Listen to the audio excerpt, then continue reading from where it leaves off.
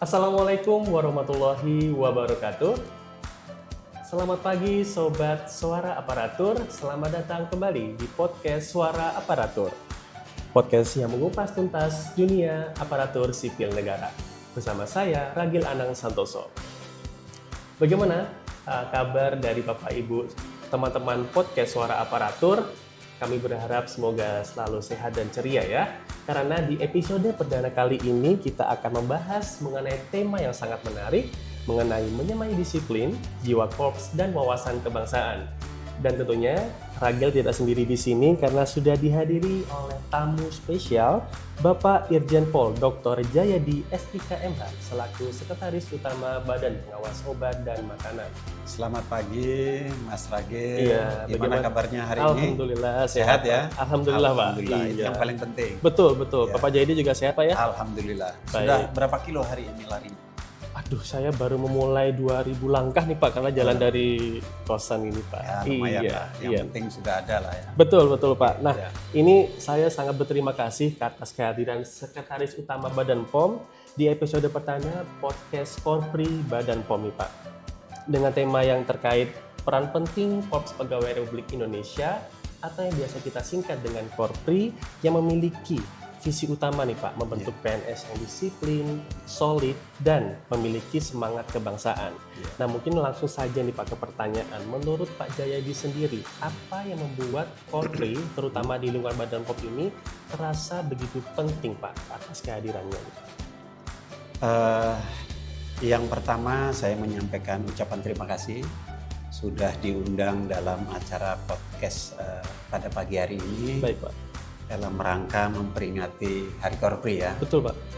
Nah, yang kedua terkait dengan pertanyaannya Mas Ragil, sejauh mana atau seberapa penting sih disiplin di lingkungan Korpri, khususnya di Badan POM. Mas Ragil dan teman-teman semuanya, tentu disiplin itu menjadi sebuah keharusan bagi seorang pegawai negeri sipil, terutama yang ada di Badan POM.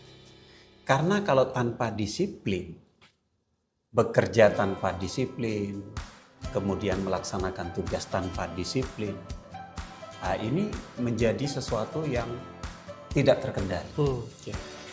Maka dari itu saya menyampaikan disiplin adalah sebagai landasan utama tatkala para ASN kita akan melaksanakan tugas. Contoh sederhana. Kita masuk jam kerja jam 7.30. Betul. Jika semangat disiplin itu tidak kita tanamkan dalam diri kita, maka 7.30 itu akan terabaikan. Akan diterjemahkan semaunya para ASN kita. Nah untuk itu, maka untuk menegakkan disiplin harus ada regulasi. Karena apa? Karena disiplin tanpa ada regulasi, maka sama saja kita koar-koar tetapi tidak ada punishment. Maka disiplin yang ada di lingkungan kita, terutama di Badan POM, itu tidak akan berjalan. Makanya sudah benar ketika ada disiplin, ada regulasi. Kalau disiplin dilanggar, ketentuannya atau hukumannya ada. Contoh tadi, 07.30 itu harus diikuti oleh pegawai kita, maka pegawai kita harus disiplin mentaati. Kalau tidak, remunerasinya akan dipotong. Itu yang menjadi punishment-nya ya Pak? Ya, seperti itu. Makanya disiplin harus didasari dengan regulasi.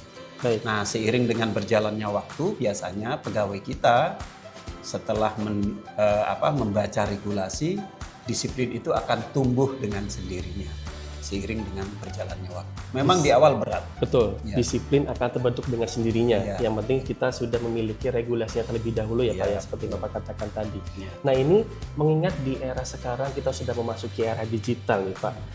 Tantangan disiplin pasti lebih susah lagi ya Pak ya, tidak mudah lagi. Nah kasus PNS mungkin kita bisa bilang banyak di luar sana, mungkin ada kasus terkait postingan media sosial, atau mungkin kalau di Badan POM mungkin banyak terkait integritas, penyalahgunaan wewenang dan lain sebagainya. Nah ini sikap Badan POM terkait pembinaan disiplin dalam hal tersebut bagaimana Pak? Ya, sebenarnya disiplin secara regulasi itu sudah diatur di tingkat nasional melalui PP, kemudian juga melalui Undang-Undang ASN, itu juga diatur bagaimana disiplin ASN itu diberlakukan. Tadi Mas Ragil menyampaikan bagaimana kalau misalnya di era digital ini para ASN kita share, kemudian upload, kemudian terkait dengan konten-konten yang tidak memenuhi kaidah-kaidah tentang ke-ASN-an. Betul. Itu semuanya sebenarnya sudah diatur di dalam regulasi kita. Nah, di Badan POM sendiri sebenarnya regulasinya juga sudah ada, gitu ya. Nah, kalau kita cermati di lingkungan Badan POM terkait dengan share konten dan lain sebagainya itu di beberapa tahun yang lalu memang ada. Tetapi setahun terakhir ini, 2 tahun terakhir ini relatif tidak ada. Tetapi bergeser ke hal-hal yang sifatnya pribadi. Misalnya masalah integritas, masalah tanggung jawab, pekerjaan. Nah, itu yang sering terjadi. Tetapi kita tidak tinggal diam karena regulasinya ada. ASN yang tidak disiplin maka salurannya adalah terjadinya pelanggaran disiplin. Kalau terjadi pelanggaran disiplin maka harus ada tindakan disiplin. Tindakan disiplin. Iya, nah, seperti mungkin, itu kira-kira. Baik Pak, tadi menggarisbawahi pernyataan Bapak tadi.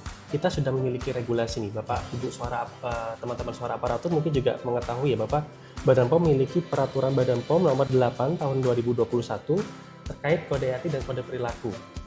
Mohon maaf, saya ulangi bahwa Badan POM telah memiliki peraturan Badan POM nomor 8 tahun 2022 tentang kode etik dan kode perilaku di lingkungan Badan POM. Tapi di satu sisi kita juga masih banyak melihat adanya kasus-kasus terkait pelanggaran disiplin Pak ya. Berarti selain regulasi mungkin ada langkah-langkah strategis lainnya Pak ya untuk memitigasi risiko tersebut.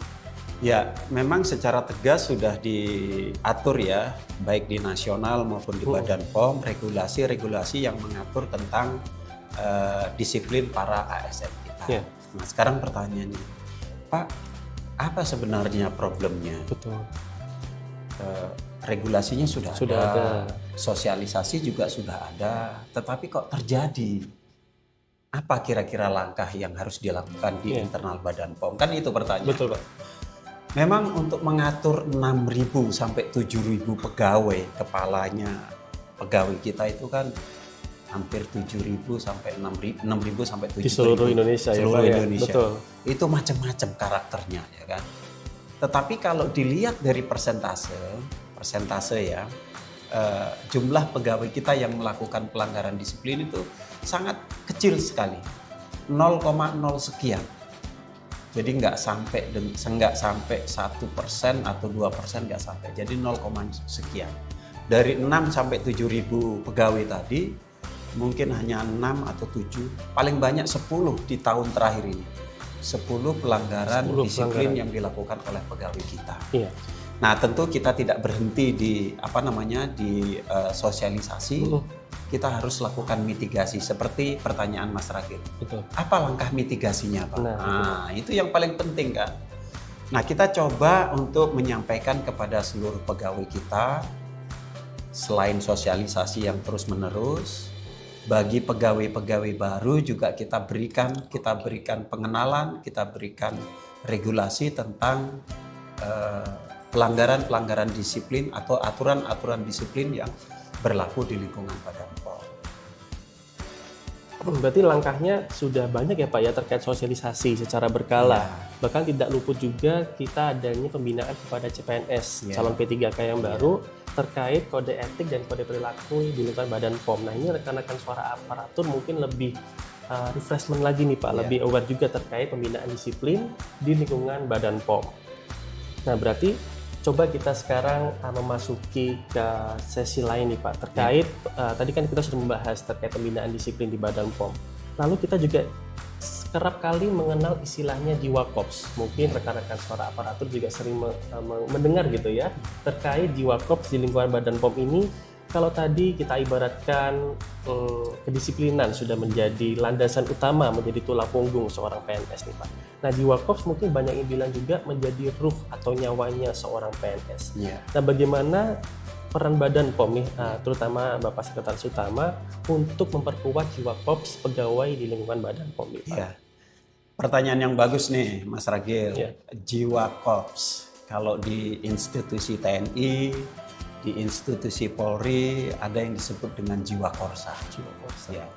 Tetapi yang harus dimaknai adalah jiwa korps atau jiwa korsa itu dalam konteks yang positif ya, tidak dimaknai yang negatif.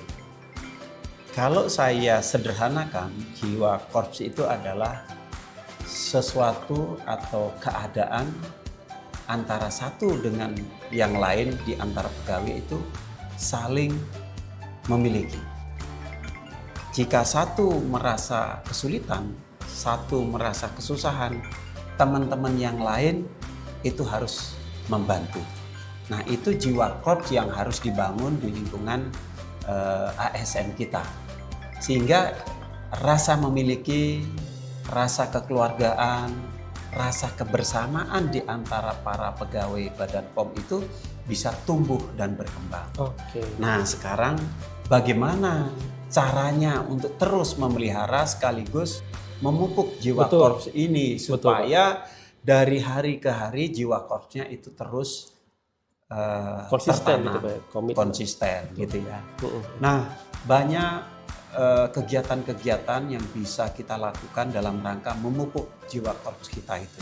Contohnya misalnya seperti olahraga bersama, Oke. kegiatan-kegiatan seni yang melibatkan semua para pegawai kita.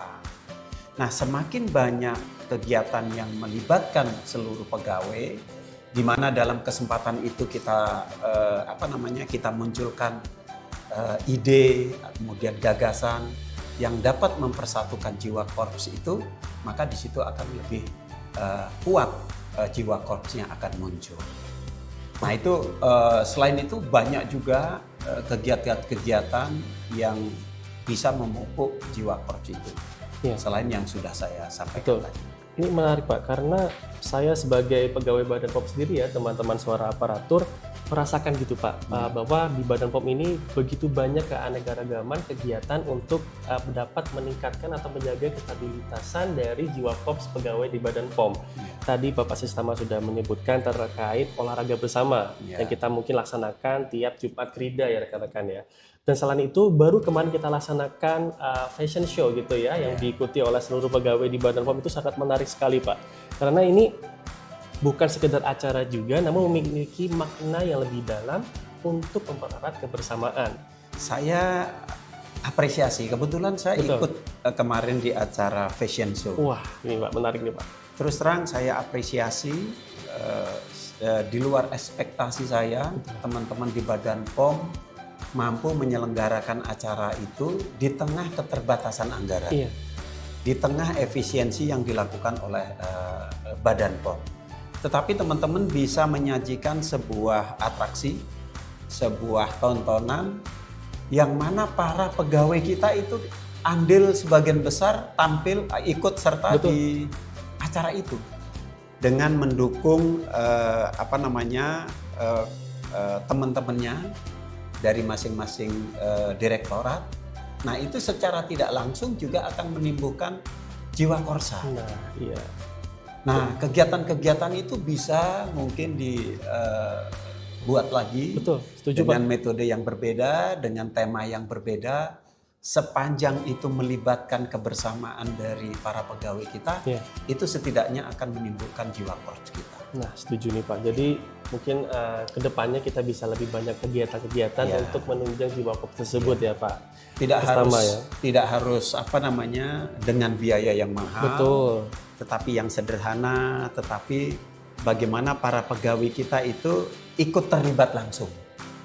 Ketika keterlibatan itu kemudian muncul, maka jiwa korsa itu akan dengan sendirinya akan terpelihara. Siap. Nah, ini semakin seru nih karena kita sudah membahas terkait kedisiplinan sekaligus terkait di Wakops di lingkungan Badan POM. Nah sekarang nih Pak, saya mau membahas terkait aspek wawasan kebangsaan Pak. Iya.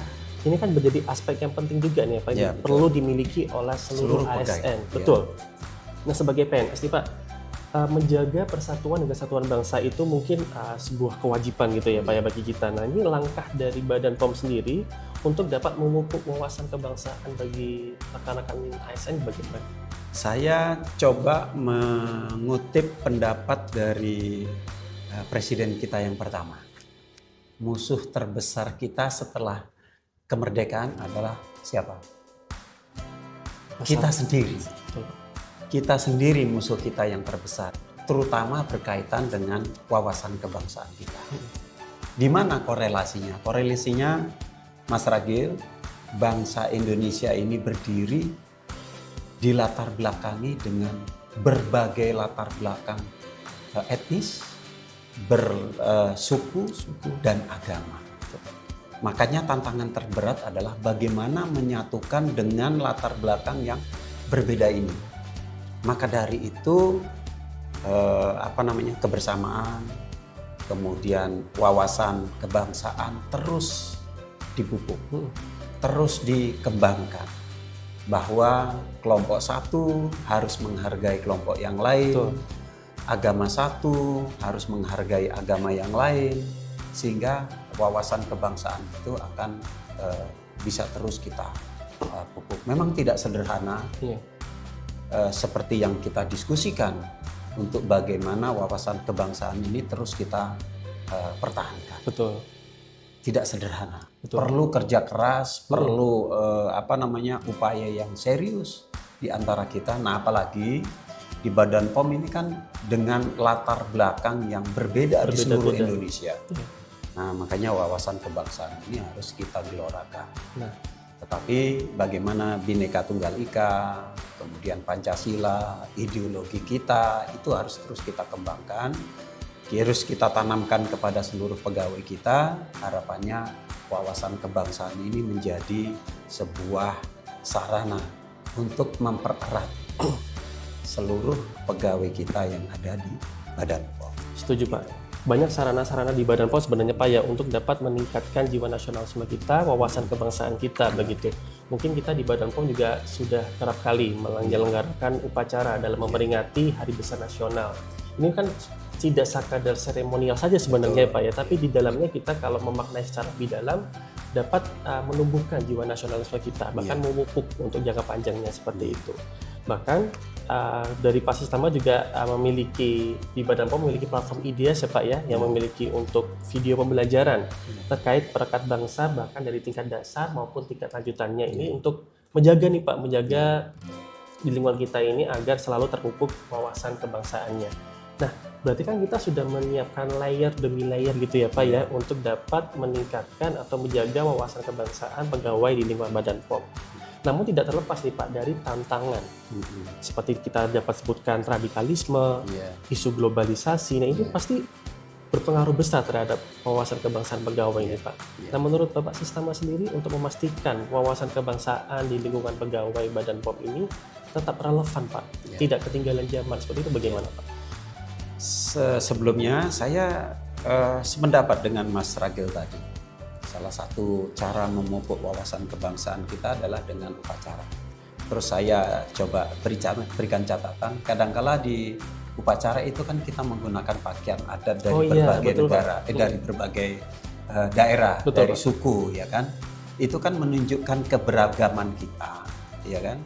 Keberagaman Nusantara kita yang kita jadikan satu dalam sebuah upacara. Betul. Nah, itu juga menjadi sebuah apresiasi buat para pegawai kita. Nah, sekarang yang jadi pertanyaannya adalah bagaimana relevansinya wawasan kebangsaan kita di era globalisasi sekarang ini. Betul. Tadi disampaikan ada radikalisme, terorisme, dan lain sebagainya. Nah, seperti yang saya bilang di awal tadi, tantangan terberat kita setelah merdeka itu bagaimana menjaga keutuhan kita. Kembali lagi ke sana. Kembali lagi ke sana. Masalah radikalisme, masalah terorisme itu adalah salah satu tantangan yang harus kita hadapi. beberapa hari yang lalu terjadi di tempat kita, bagaimana itu terjadi, ya kan? Nah, sekarang yang harus kita siapkan adalah bagaimana ASN kita, para pegawai kita mampu untuk mencegah sekaligus menangkal paham-paham radikalisme yang masuk ke Indonesia, apalagi masuk ke Badan POM, itu yang harus kita cegah. Bagaimana paham-paham yang ekstrim itu masuk ke lingkungan Badan POM. Nah, itu harus kita cegah. Caranya bagaimana? Kita punya mimbar-mimbar religius, mimbar-mimbar keagamaan di semua agama mengajarkan bahwa terorisme, radikalisme itu tidak dibenarkan. Kita punya masjid, kita punya tempat-tempat ibadah, itulah sebagai sarana untuk bagaimana mencegah, menangkal paham radikalisme, terorisme masuk di lingkungan kita. Di samping tentu kemudian kepedulian dari masing-masing pimpinan tinggi Pratama, tinggi Madya untuk terus memonitoring, untuk terus berdialog dengan para pegawai kita. Mungkin ada problem, ada masalah apa berkaitan dengan kehidupan masing-masing para pegawai, ada persoalan nggak dan lain sebagainya. Kenapa nggak masuk 3 hari, 4 hari nggak masuk, bahkan sampai hilang itu sampai sekarang. Itu menjadi concern juga ya ternyata Pak ya? Itu termasuk salah satu kepedulian dalam rangka pegawai-pegawai kita terpapar oleh paham-paham yang radikalisme maupun ekstremisme. Kita harus peduli. Sebagai pimpinan di unit kerja harus peduli terhadap semua persoalan yang dihadapi oleh para pegawai kita. Memang perlu kerja keras, tetapi ya kita harus peduli. Karena salah satu ketika pimpinan menunjuk kita sebagai kepala unit, tanggung jawabnya adalah salah satunya. Oke. Nah, ini kan berarti pengalaman Pak Jayadi selaku sekretaris utama sudah banyak malam melintang Pak ya, melihat konflik-konflik dari PNS ini Pak. Mungkin boleh dari pengalaman Bapak selaku sekretaris utama di lingkungan Badan POM ini, pernah ada kejadian apa nih Pak terkait isu baik itu terkait kedisiplinan, jiwa korps maupun wawasan kebangsaan yang mungkin bisa bahkan mencederai reputasi nama baik di Badan POM Pak. Mungkin tidak usah spill kasusnya detailnya seperti apa, mungkin sekilas saja boleh Pak. Yang saya cermati ada beberapa persoalan ya berkaitan dengan integritas, berkaitan dengan tanggung jawab, tugas belajar. Itu yang sering terjadi, tetapi sebagian besar berkaitan dengan integritas, penyalahgunaan wewenang. Nah, kasus-kasus indisipliner tadi kita harus lakukan tindakan. Supaya apa? Supaya tidak merembet kepada teman-teman yang lain, karena nanti ada kesan yang sana, pegawai sana melakukan pelanggaran kok tidak dilakukan tindakan. Nah, itu juga salah satu cara untuk melakukan mitigasi supaya tidak berkembang ke pegawai-pegawai yang lain. Kita lakukan tindakan tegas, kita berikan hukuman disiplin. Bahkan beberapa waktu yang lalu ada yang dengan terpaksa kita berhentikan berkaitan dengan asusila dan lain sebagainya. Ya, jadi memastikan agar kode etik dan kode disiplin yang sudah kita miliki kebijakannya itu dapat ditegakkan secara tegas dan adil ya Pak ya. Betul. Tidak ada kesenjangan antara yang mungkin unit kerja pusat dan UPT itu tidak ada perbedaan begitu ya Pak ya. Kita harus berlakukan sama, baik UPT maupun di pusat supaya apa? Supaya regulasi berkaitan dengan kode etik, disiplin itu tegak berdiri. Siapa lagi yang kalau bukan kita yang menegakkan. Betul. Gitu. Sehingga itu menjadi panduan bagi seluruh pegawai kita untuk tetap bekerja dengan disiplin. Ini menarik ya rekan-rekan suara aparatur ya, karena begitu banyak hal-hal yang sudah Bapak Sekretaris Utama lalui di Badan POM ini terkait membangun wawasan kebangsaan, jiwa korps maupun pembinaan disiplin.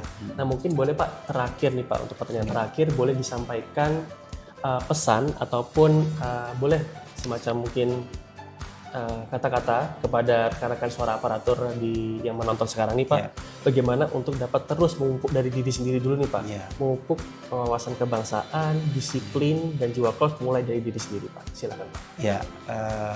saya memberikan saran bagaimana memupuk disiplin. Yang pertama, kita harus sadari bahwa kita sebagai ASN itu tidak seperti teman-teman yang bekerja di luar. Itu yang harus dipahami dulu. Nah, ketika kita menyadari bahwa kita sebagai ASN, berarti ada regulasi, ada norma-norma yang harus kita patuhi, di mana di tempat yang lain tidak diberlakukan seperti di tempat kita. Ketika regulasi, kode etik, disiplin sudah kita pahami, kemudian sebagai ASN Badan POM juga kita pahami bersama, maka disiplin itu nanti akan terus tumbuh seiring dengan berjalannya waktu. Itu terkait dengan disiplin. Nah, yang kedua, bagaimana terkait dengan wawasan kebangsaan. Nah, ada erat kaitannya antara disiplin dengan wawasan kebangsaan. Wawasan kebangsaan bagaimana kita mencintai bangsa ini dengan berbagai suku, dengan berbagai agama, dengan berbagai etnis dan lain sebagainya. Wawasan kebangsaan ini sebagai sarana untuk mempererat, sebagai perekat di antara kelompok-kelompok masyarakat yang ada di Indonesia, di antara kelompok-kelompok suku yang ada di Indonesia. Dengan disiplin tinggi, dengan pemahaman wawasan kebangsaan yang cukup, maka kita akan dapat mempertahankan Indonesia ini untuk selamanya. Kira-kira itu yang saya dapat sampaikan. Jadi sudah meranjak pada sesi akhir dari episode podcast perdana kita pada pagi hari ini, Pak. Setelah banyak insight-insight positif dari yang disampaikan oleh Bapak Sekretaris Utama terkait pembinaan disiplin ASN dan wawasan kebangsaan, yang penting kita menjalankan regulasinya bersama-sama, merangkul secara kebersamaan kita dan dapat mencintai bangsa tanpa memandang suku, etnis, dan agamanya yang berbeda-beda. Terima kasih banyak atas informasi yang telah Bapak Jayadi sampaikan. Untuk para pendengar yang ingin tahu lebih banyak kisah seru di lingkungan Badan POM, khususnya pembinaan disiplin di Korpri, ikuti terus agenda Korpri Badan POM yang lainnya, dan jangan lupa bagikan episode ini ke rekan-rekan PNS lainnya. Kalau ada cerita atau pertanyaan yang seru, dapat dikirimkan ke akun media sosial kita di @korpri_bpom. Terima kasih telah mendengarkan Suara Aparatur. Tetap semangat, tetap disiplin, dan jaga api kebangsaan di hati kita semua. Saya Ragil, pamit undur diri. Sampai jumpa di episode berikutnya. Terima kasih.